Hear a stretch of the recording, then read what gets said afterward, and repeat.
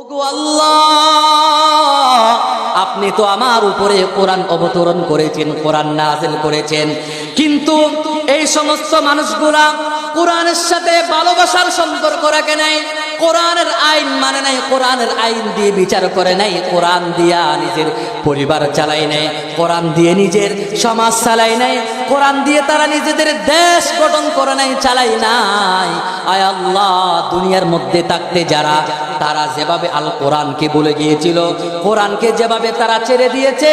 আমি নবী আজকে কিয়ামতের ময়দানে জানায়া দিলাম এই সমস্ত উম্মতদের সাথে আমি নবীর কোনো সম্পর্ক নেই। নাউজুবিল্লাহ বলে চিন্তা করতে পারেন নাকি আপনারা, যেই নবীর সুপারিশ ছাড়া আল্লাহ রাব্বুল আলামিন কিয়ামতের ময়দানে বিচার পর্যন্ত শুরু করবেন না, সেই নবী যদি বলে এদের সাথে আমার কোনো সম্পর্ক নেই, তাহলে কি বাঁচার কোনো উপায় থাকবে নাকি? বাঁচার কোনো উপায় থাকবে না। نحمده ونستعينه ونستغفره ونؤمن به ونتوكل عليه ونعوذ بالله من شرور أنفسنا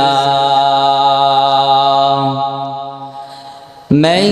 يهده الله فلا مضل له ومن يضلله فلا هادي له ونشهد أن لا إله إلا الله وحده لا شريك له ونشهد أن سيدنا وحبيبنا ومولانا محمدا عبده ورسوله الذي أرسله الله تعالى بالحق بشيرا ونذيرا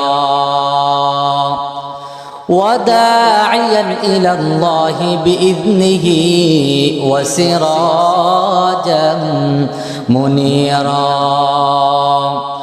فقد قال الله تبارك وتعالى في كلامه المجيد